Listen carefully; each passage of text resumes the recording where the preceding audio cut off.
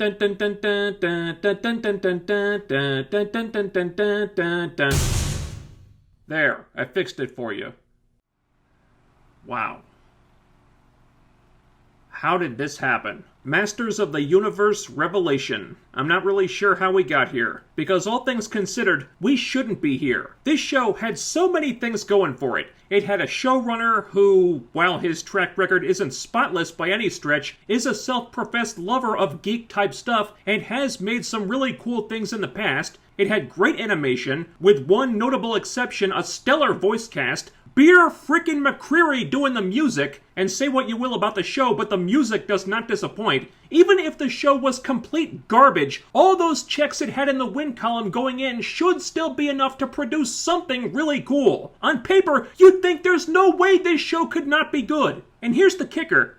In some ways, it is. And in other ways, it isn't. But either way, it's not the show it should be, or the show we were told it would be. This is gonna take some explaining, and I want to be careful how I do this, because this show has become such a hot-button issue. There's so much fan outrage about this project, a lot of people absolutely hate it, and I don't blame them. I'm a Masters of the Universe fan from way back in the day. I watched the cartoons, I had all the action figures, so I get it. There are definitely reasons why it deserves the hate, but not everything does. And it's really hard to be objective with this one, because with the advent of identity politics creeping into every facet of our entertainment these days, viewers are like coiled springs every time they see it happen in a new project, and now this show has become one of those big inflection points where everyone is just one giant raw nerve. So some of the outrage, I think, is a knee-jerk reaction. Some of it absolutely isn't, but in my opinion, a lot of this vitriol is due to the fans and the people behind the show just getting their wires crossed. A lot of this is on Kevin Smith. When he was hyping the show, I guess he said that he was a big He-Man fan, and then this video from years ago surfaced where he said he wasn't. Fans were raising concerns about the show bending the knee to woke Hollywood and sidelining He-Man so they could make Teela the new lead character, and Kevin Smith was like, "Don't worry, He-Man's not stepping aside. The show is literally all about him."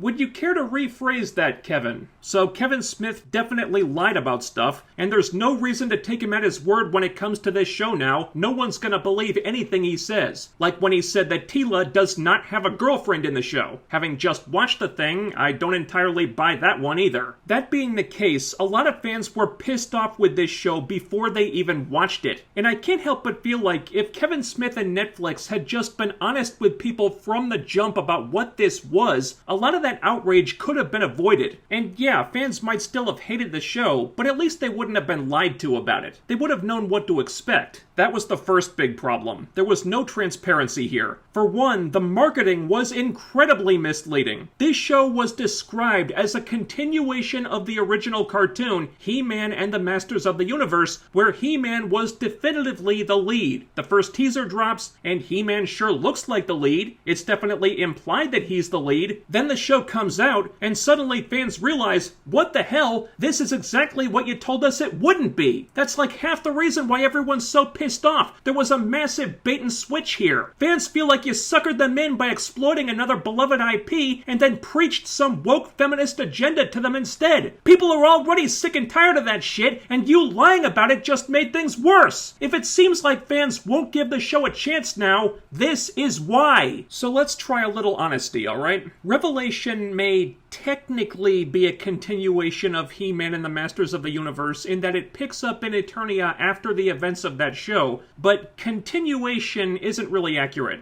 This isn't He-Man. It isn't even Masters of the Universe. It may feature a lot of those characters, but what it is, really, is a Teela spin-off. This is 100% the Teela show. So why not just say that from the beginning? Probably because the marketing people knew they needed He-Man to put butts in seats, so that's what they used to sell this thing. Had they just been honest about Revelation being a Teela vehicle, people might have been a bit less hostile about the whole thing, but because because of all this nonsense, a lot of fans were ready to hate the show before they even saw it. Then they did see it, and they had even more reasons, which was 100% the show's own doing, and any of the good qualities Revelation might have didn't even matter at that point. And believe it or not, it does have some good qualities, but the bad qualities were what ended up getting focused on, and the people behind the show have no one to blame but themselves. And it doesn't help that Revelation feels like it's stuck in the middle of two different extremes. At times, it appears to try to be a good show, tell a good story, whatever, but it's also definitely trying to accommodate the political agenda of someone high up on the totem pole, whoever that might be, and to be perfectly honest, I'm not convinced that person is Kevin Smith. For example, the show begins with a sequence that might as well have been ripped right out of the original cartoon. It's very silly, there's loads of eye-roll-worthy gags and puns, there's a lot of vehicles and things that look like they were designed exactly for the purpose of selling toys. Then the switch flips and the show becomes something else. In fact, it gets pretty dark after that. But this whole sequence was obviously done to pay homage to the original cartoon. And it might not work. Actually, I don't think it does work. It's a really weird transition to make. But I saw what Kevin Smith was trying to do with it, and it felt like it was done with good intentions. Like, even if in execution it came off very strange, he was doing it out of respect for the material. Stuff like this makes me think that Kevin Smith's heart was in the right place with this project, even if his brain was off base at times, because there was obvious effort being put in here. And it doesn't mean he gets a pass on the lying and the other stuff that went wrong. He doesn't. But I'm reluctant to completely crap on the guy because I get the sense that he may have been caught in the middle of something that he didn't have as much control over as we think. Things like the character designs, for example. Woke makeovers for,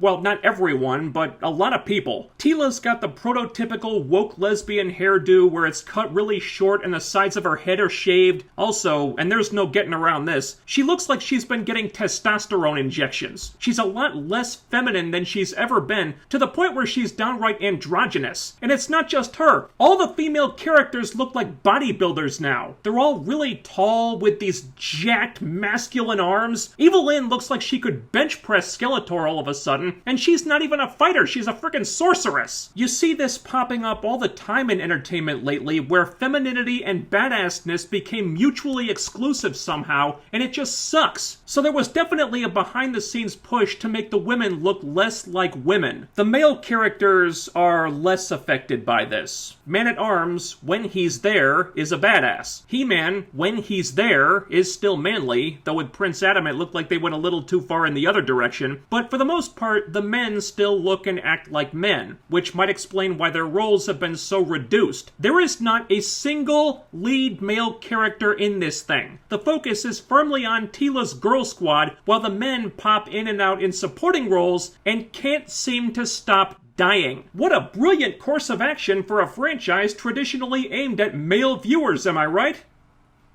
But in a lot of those cases, there's an almost justifiable story-related reason for why a character dies. And there's plenty of examples like that where you can almost see the bout of woke agenda versus storytelling playing out right in front of your face. Like, one of the themes of the show is that once He-Man was taken off the board, the magic of Eternia started to wane and gave way to technology as the new rising power, and what effect does magic dying out have on everything? And you know, that's actually a pretty interesting idea that's worth exploring. It's just troubling as a fan that someone felt they had to bench the main character of the franchise in order to do it. And from minute one, it's very obvious that that's what they wanted to do. One of the first scenes has everybody absolutely gushing over how awesome Teela is. One of the episodes has Teela confronting her worst fear, and it's literally that she's afraid of accepting how awesome she is. I mean, the writers do manage to give her some character flaws along the way too, but holy shit! And even those flaws are weird in how they're presented. Teela used to be a lot more fun than this. Now she just seems angry all the time. And there are reasons for that, yeah, but it's really overblown. Like, after the first major death, and there are several of them, Teela takes it badly. Everyone lied to me about blah blah blah! I'm done with all of this! And then she proceeds to walk away from all her responsibilities, leaving the kingdom in danger when they're the most vulnerable just because she's butthurt that she'd been kept out of of the loop about something hardly anyone even knew about anyway. The dead character's parents are right there, and Teela, in her anger, is making the whole thing about herself. And I'm pretty sure the show wants us to be on her side. So yeah, there are moments like that when the agenda becomes hard to stomach. But at the same time, there's still this urge to root for them to work this shit out, because there are also things about the show that are objectively very good. The animation is great. The music is beautiful. The voice cast, holy shit. Mark Hamill, Lena Headey, Kevin Conroy, Liam Cunningham, Tony Todd, Kevin Michael Richardson. Fantastic voice cast. But do you remember that one notable exception I mentioned earlier? That would be Sarah Michelle Gellar. And guess who she's playing? Yeah. Look, I like SMG. She was Buffy Summers. Her geek cred is etched in stone, but her as the voice of Teela does not work. I think she was blatantly, horribly miscast here. Not just because her line delivery is so flat it made me think she forgot how to emote, but Teela's character design is so ambiguously masculine now, so devoid of femininity in this presentation of the big tough warrior woman, and it clashes so much with Gellar, who all these years post-Buffy still sounds like a petite 5'0" teenager. And the result is a Teela who looks a little like a man and sounds a lot like a little girl. And maybe the producers were just so caught up in the excitement of, OMG, we got Buffy, that they weren't really thinking about it too much, but it is distracting how awkward this is. No shade toward SMG, but man, somebody really screwed up on this one. This is a brand new segment on the channel. I've never done this before. I already talked about some spoilers, but that was minor stuff. This is major, and I normally try to avoid spoilers when I can, but in this case I don't know how to do that because this is what people are outraged about. So, welcome to my very first spoiler section, and there's your spoiler warning wherever I have it written down. Alright, in case the internet didn't spoil you already, here we go. He-Man dies. Later on, Orko dies. Also, several other male characters die, but I think these are the ones that have got people up in arms. Fans are pissed off about this, and I don't know why the producers were expecting anything else. And again, I don't blame these people for being angry. In one case. With Orko, I don't get the outrage. I thought that was done pretty tastefully, actually. Orko was given a lot of character depth before it happened, more than I could remember him ever getting in the past, and he goes out in a blaze of glory doing something really badass. Also, and I can't believe I haven't seen anyone pointing this out yet, there was no body. Rule number 1 when TV characters die, if you don't see a body, they're not dead. Orko's obviously coming back. His death was the equivalent of a comic book character falling off a cliff and their body never being found. I don't believe he's dead for a second, so we can all unclench on that one. And even if Orko is dead, in the next episode they set up a mechanism for how dead characters can come back to life. So obviously the rules are kind of flexible here. He-Man Prince Adam, though, that's a different story. He gets killed in the first episode, after they told us he wasn't getting pushed aside. That's a shitty thing to do. It's like they were mocking us with that one. Now, what Kevin Smith said in regards to the show being all about He-Man is technically true, but it's about what happens to Eternia and its people when He-Man is gone. So sure, it might be about He-Man. He's talked about a lot, and characters express what Adam and He-Man meant to them. He's just not there for most of it. Then, at the end of the season, he comes back to life and almost immediately gets killed again. Prince Adam's back. He's got the sword. He's doing the thing. He-Man's about to make a triumphant return, and then from out of nowhere, splat. Oh, fans. You want that thing? That cool thing that we advertised and acted like the show was going to be all about so you'd tune in to see it? Well, too bad you can't have it. Bait and switch. They tease us with something, dangle the carrot in front of us, and then yank it back. That's what it seemed like anyway. People have been losing their shit over this, and again, I can't really blame them. There may be a bit of a knee-jerk reaction, but I can't say there's no politics at play here. This absolutely felt agenda-driven, because with Adam down, once again, it's gonna be up to Teela to save the day. On the one hand, it does give the impression of them wanting to take something away from the male fans and punishing the male characters character just for being the male character, because it's almost jarring how brutal this moment is. On the other hand, there actually is a story-based reason to do this, because Adam coming back was a one-time thing, and now that Skeletor has the sword, the stakes are even higher, and that creates a huge cliffhanger. But is this a cliffhanger anybody wanted? Just because you can do a thing doesn't mean you should. For the record, Adam's not dead. He's seriously wounded, but he's not dead. He could very well survive. We don't know how that's gonna play out. It's possible they're just doing it for drama, and if so, it works, I guess. But with part 2 coming up, you have to figure they're not getting that sword back for a while, which means He-Man is off the table again. He probably won't return until the end of part 2 at the earliest, and until that happens, Masters of the Universe Revelation is likely going to continue to be the Teela show. That's how they set this whole thing up. And here's the most infuriating part. I don't know if they're going to go through with this or not, but there are a lot of signs pointing to the show getting ready to install Teela as the new He-Man. Maybe they'll pull the trigger on that, maybe they won't. I think if they killed off Adam this way, it would be incredibly cruel and mean-spirited and disrespectful. But even if Adam survives his injuries and recovers, there are seeds planted there where they might just do it anyway, where Adam passes the sword to Teela and she becomes the new champion of Eternia because, God forbid, that champion be a man. And if that does happen, then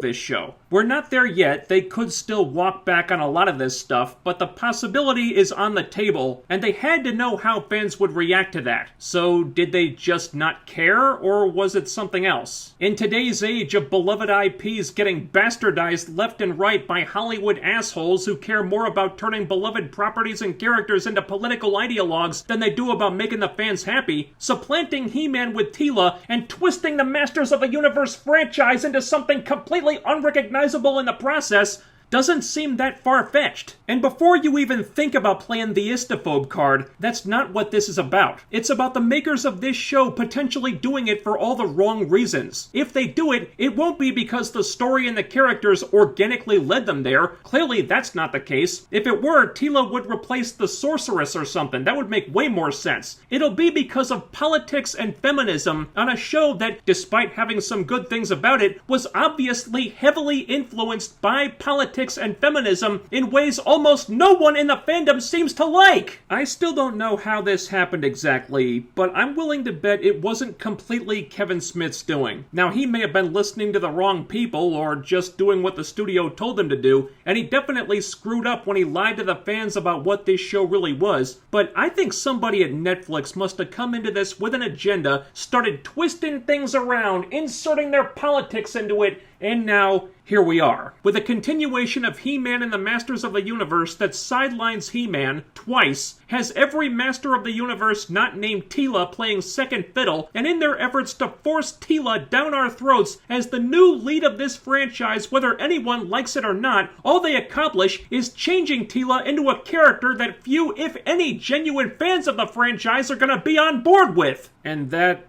sucks.